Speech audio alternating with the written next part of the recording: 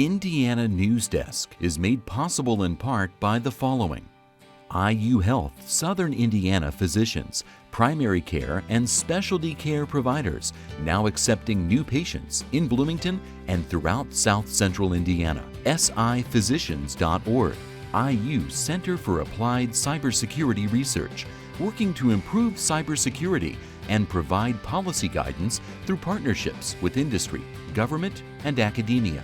Smithville Fiber, the Gigacity Company, fiber internet, HD, and digital IPTV in Southern Indiana.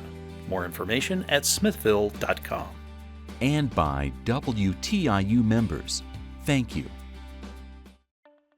Coming up on Indiana Newsdesk. The cost of sentencing a person to the death penalty is staggering. It puts a strain on county budgets and taxpayers. But my concern is, what if we have 2 or 3 of these in a year or two? Now what are we going to do? We'll take a look at why executions have become so expensive and how those costs are influencing the justice system. How to regulate e-cigarettes has been a looming debate for a couple of years now. The FDA recently released its guidelines, and some vape shop owners say they're so strict they'll be forced out of business. And all these products go to gas stations because there's no way that a single standalone store could make it with the regulations that they have.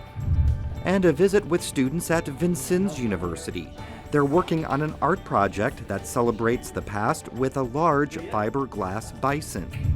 Those stories, plus the latest news headlines from across the state, right now on Indiana Newsdesk.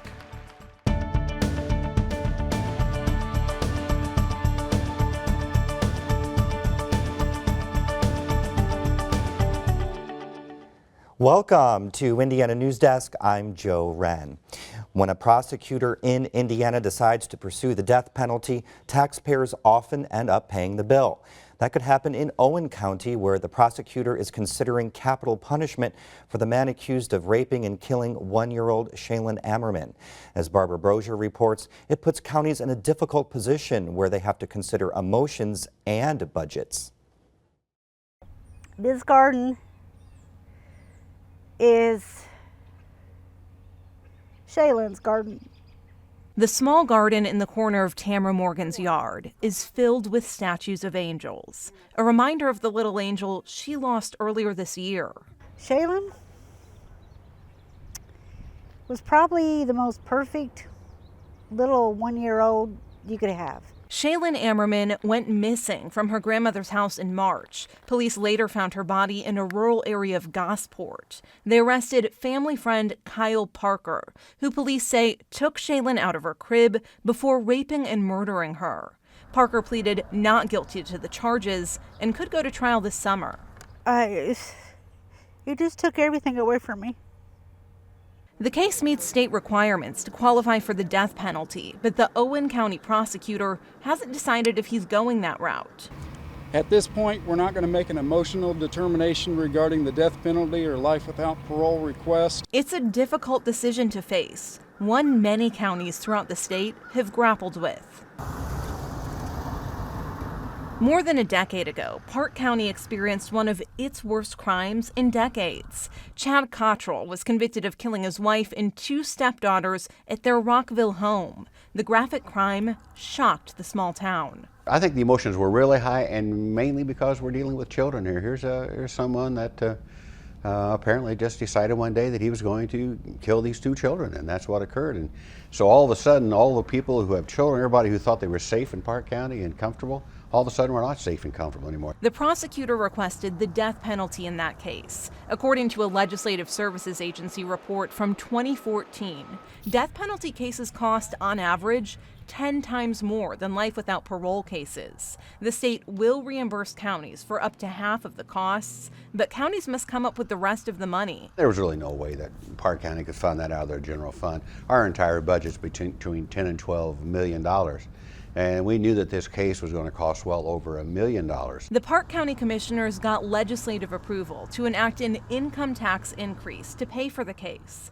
The tax was in place until the case concluded, which took several years. It cost more than $1.5 million, and the judge ended up sentencing Cottrell to life without parole. After the trial, after he took the plea, we still had to pay the hotel about $10,000 just to cover the reservations that we had made. The high price of death penalty cases is partially the result of rules the Supreme Court adopted regarding defense lawyers who work on the trials. There had to be 2 lawyers appointed for a defendant.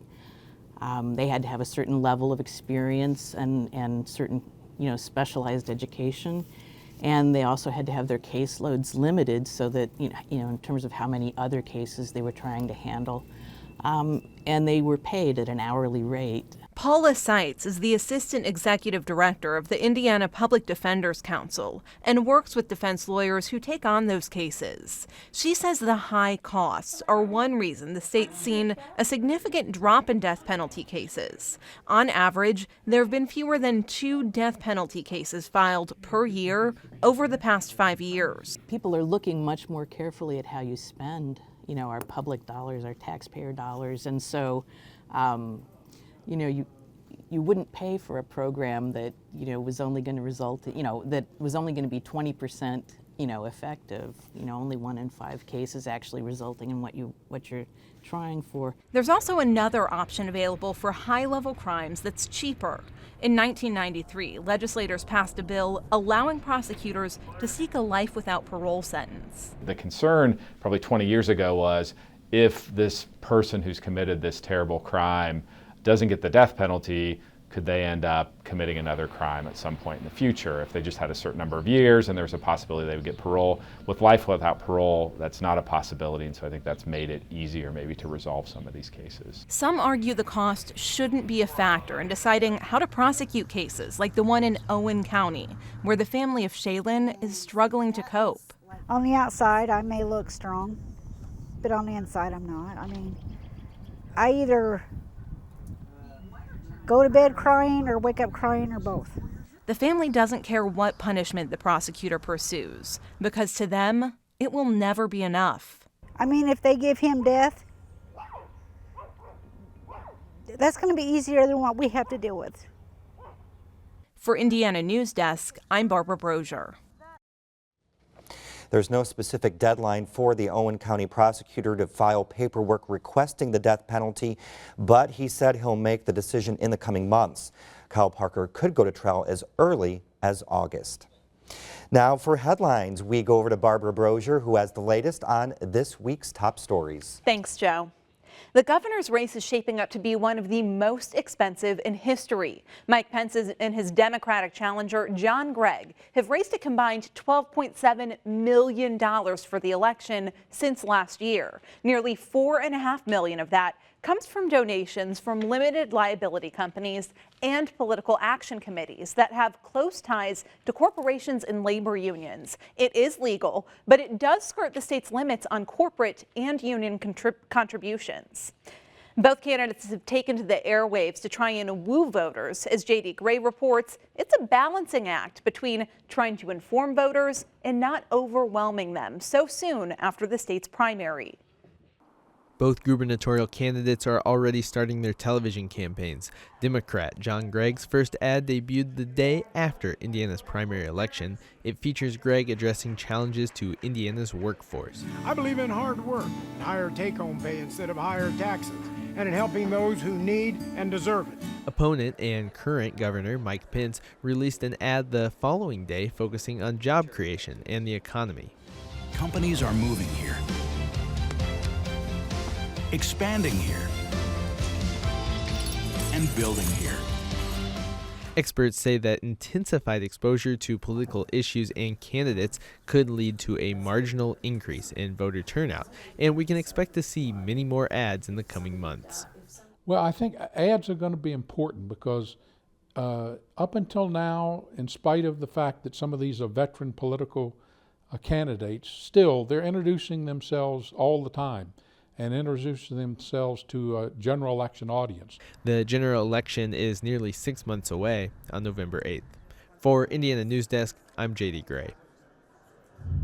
A railroad company has paid more than $72,000 to the Indiana Dunes National Lakeshore for damage caused by wildfires sparked by its trains in March 2012. The federal government alleged in a civil lawsuit filed in 2014 that hot cinders from two Indiana Harbor Belt Company locomotives started a series of wildfires as they passed through western portions of the national park. The fires burned habitat for the endangered Carner blue butterfly and forced the evacuation of about 15 homes in Ogden Dunes.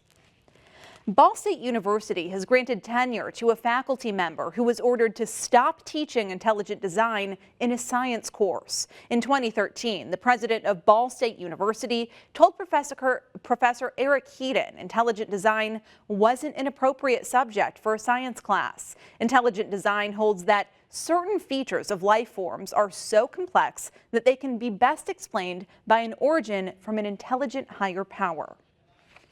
The trial for Daniel Messel, the man accused of murdering IU student Hannah Wilson, will begin on August 1st. Earlier this week, the defense asked for more time to prepare their case. Wilson's body was found in April of last year, dumped in a wooded area in Brown County. Messel's cell phone was found just feet away.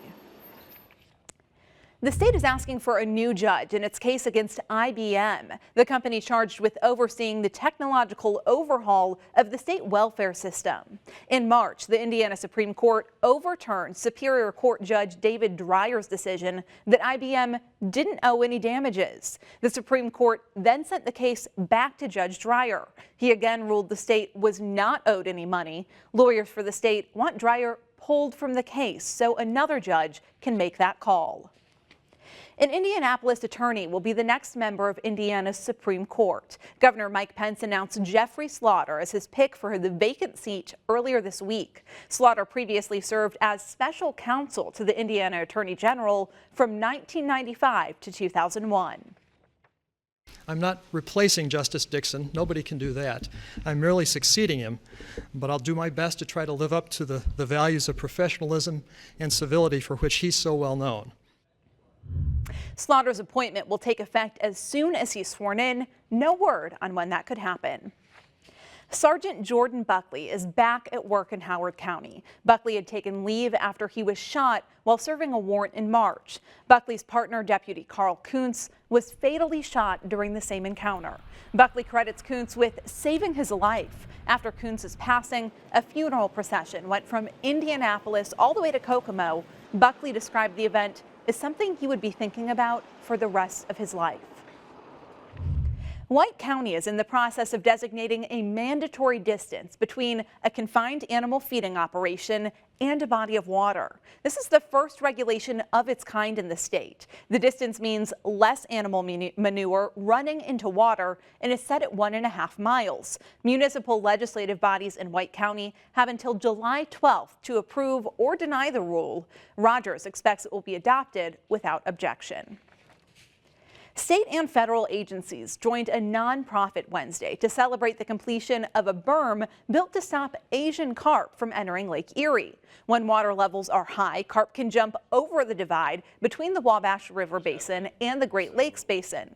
The nearly 2-mile earthen berm acts as a physical barrier, preventing Asian carp from jumping from one water source to the other. Local colleges and high schools will be able to use the site as a research area as well. The rates of hepatitis C in Indiana are rapidly growing. That's according to new data from the State Department of Health. Between 2013 and 2014, the number of hepatitis C cases in Indiana jumped nearly 20%. At the same time, the state's overdose deaths are declining. For the first time since 2006, there were fewer than 100 overdose deaths in 2014. Ivy Tech Community College's trustees are expected to vote May 18th on a new president. A trustee chairwoman for the statewide community college says former Lieutenant Governor Sue Ellspermann is one of 2 finalists for the job. Ellspermann resigned as Lieutenant Governor in March, saying she would seek the Ivy Tech job. Ivy Tech's next president faces many challenges, including a declining enrollment and low graduation rate. The current president of Ivy Tech will retire in June. Home ownership rates in Indiana are among their lowest in decades. That's according to recently released data from the U.S. Census Bureau. Home ownership is down nearly 6% in Indiana compared to 2005. The number of people owning homes peaked just before the recession, but experts say it is starting to level off. The IU Art Museum will begin seeing big changes by 2020. Philanthropists Sydney and Lois Eskenazi donated $15 million to the Indiana University Art Museum. IU is contributing an additional $20 million from the Indiana University Bicentennial campaign. The money will be used for renovation and gallery enhancements. Other artists represented in the Eskenazi collection include Marc Chagall, Alexander Calder, Picasso, Sam Francis, Tom Wesselmann, Jean Dubuffet, Salvador Dali, and Pierre-Auguste Renoir. The donation also includes 34 etchings, lithographs, and drawings by the Spanish artist Joan Miro. The donation consists of almost 100 pieces in all. It couldn't go to a better organization than this school. We love it. My daughter loves it. She didn't even go here. She's a big IU fan. The Art Museum will be renamed the Sydney and Lois Eskenazi Museum of Art in the couple's honor. And Hoosier farmers are planting less corn this year than they did in 2015. After a strong start to the season, the pace has slowed. Planting is down from where it was last year at this time. If rainfall continues into the weekend, it could mean a late harvest, and that is bad for the value of the crops. And Joe, I think a lot of people are hoping the rain tapers off just so they can get outside and enjoy the nice temperatures we've had. Yeah, maybe Sunday. Look to Sunday right now. We'll look forward to the sun coming out Sunday. Thanks, Barbara. Coming up next on Indiana Newsdesk. New regulations in the e-cigarette industry are going into effect soon. We'll talk about what this means for the many shops across the state. And we'll visit students at Vincennes University who are celebrating the bicentennial with an emphasis on the bison. These stories and more right here on Indiana Newsdesk. We are a nation of explorers. We seek new ways of living, of thinking, and of expressing ourselves. We take risks, we learn from experience, and we keep moving forward. That's why we encourage and celebrate the explorer in all of us.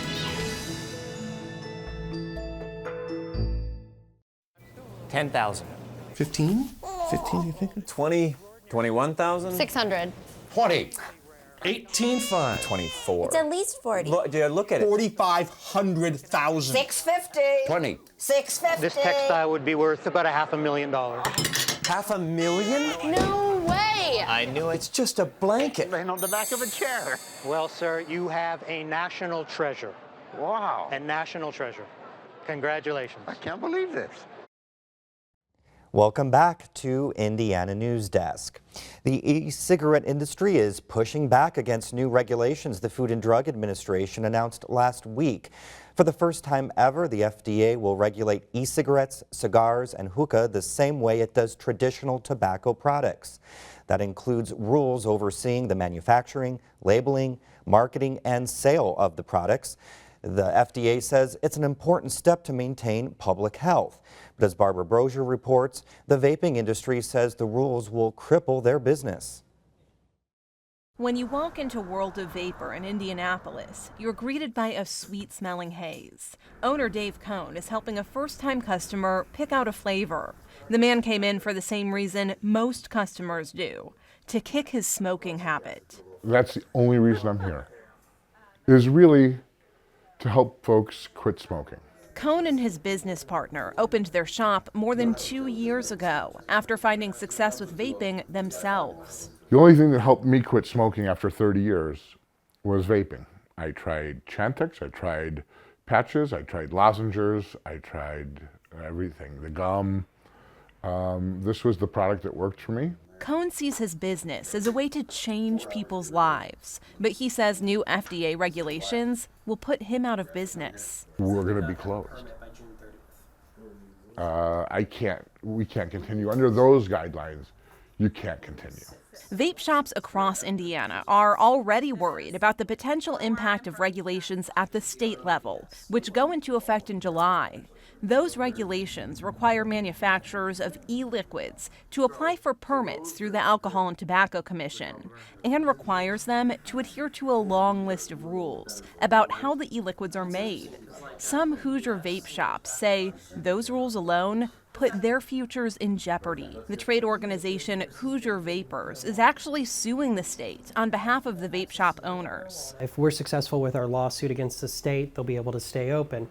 With the FDA regulations, it really comes down to we don't know what our business is going to look like in 2 years when the FDA regs are fully in effect. The FDA regulations go much further than state law. They require manufacturers to have their products reviewed and authorized by the FDA before hitting the shelves. That rule applies to all products on the market after February 15, 2007, which the vaping industry says includes nearly all products. The problem with that is that it costs anywhere from $1 to $5 million per product. And if you can see behind me all of the e-liquids that are on the shelf here, each flavor at each nicotine level is a product. The FDA says the cost for pre-market approval will be closer to hundreds of thousands of dollars. The regulations also prohibit the sale of e-cigarettes to minors, something many states, including Indiana, already had on the books. The FDA says teen use of the products increased more than 900% between 2011 and 2015. So they want to make them harder for teens to get. As an industry, we don't want minors to have access to our products. We want to cater to adult smokers who want to make a healthy choice and make a healthy switch. Many public health advocates say federal regulation of the industry is long overdue. Indiana's Attorney General Greg Zeller has been fighting against e-cigs since they hit the market, and he pushed for Indiana's laws. He worries about the staggered implementation of the new federal rules. They go into effect in August, but the vaping industry can continue selling products as individual manufacturers go through the approval process. Zeller says that's not good enough. I've been calling on this for at least the last 2 years while the process has gone on. Frankly, I'm a little disappointed that it won't take effect for a while, and there's going to be at least 2 to 3 years before there's ever any enforcement. But vape shops across Indiana say they need more time to figure out what compliance with the new federal regulations will look like and whether they'll be able to stay in business. They say the United States needs to take an approach more similar to the UK, where the Royal College of Physicians recently released a report saying e-cigarettes are beneficial to public health because they help people quit smoking. Without a change in perception, they worry their businesses will go up in smoke. So now you have people making it in their homes. You have that whole prohibition style mentality. And that's not where I want to be. For Indiana Newsdesk, I'm Barbara Brozier. Hoosier Vapors requested an injunction that would allow vape shops to continue operating as they do under current law until their lawsuit against the state is resolved. The Indiana Association of the United Way wants to put a bison in every county of the state by the end of the year. It's a punny celebration for Indiana's bicentennial. So far, over 60 bison have found homes. At Vincennes University, students and faculty have been decorating their bison. The iconic Indiana torch is painted on the bison's face. Watermelons and corn appear on its side, and in the blue sky of the bison's back, a banner adorned with Vincennes waves through the air. But painting a 5-foot-tall bison presents its challenges. The texture for the mane is it's not entirely lifelike, but it's very ripply. So you can't just make a straight line across a bunch of bumps. Students submitted designs for the large fiberglass bison, and they were combined to create the final pattern. Last week, we brought you a story about a pilot program that will allow prisoners to earn degrees while they are serving their sentences. Indiana ended its program in 2012. Our story profiled a woman who was able to earn her college diploma before the program ended. In the piece, she talked about the benefits of the program and how she thought it was going to help her resume in life when she's released from prison. We heard from some of you about that story, particularly about one line where we mentioned why the woman was in prison. One commenter, who is a faculty member working in the prison, wrote, "They deserved better from your reporter than once again being branded by the terms of their sentence rather than by their efforts to improve their lives." We appreciate your feedback, and if you have a comment on a story you see on Indiana Newsdesk, email us at news@indianapublicmedia.org. And then from time to time, we'll feature your comments on the show. The new movie, USS Indianapolis, Men of Courage, tells the tragic story of a naval ship that was hit by Japanese torpedoes during World War II. 3/4 of the Indianapolis 1,200 sailors died in the attack. Some died during the blast and others died while stranded in the waters of the Pacific Ocean. The movie will premiere on Memorial Day weekend.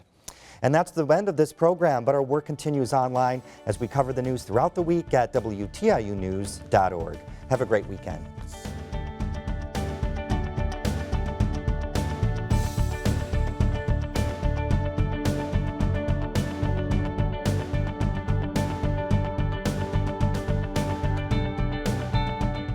Indiana Newsdesk is made possible in part by the following: IU Health Southern Indiana physicians, primary care and specialty care providers, now accepting new patients in Bloomington and throughout South Central Indiana. SIphysicians.org, IU Center for Applied Cybersecurity Research, working to improve cybersecurity and provide policy guidance through partnerships with industry, government, and academia.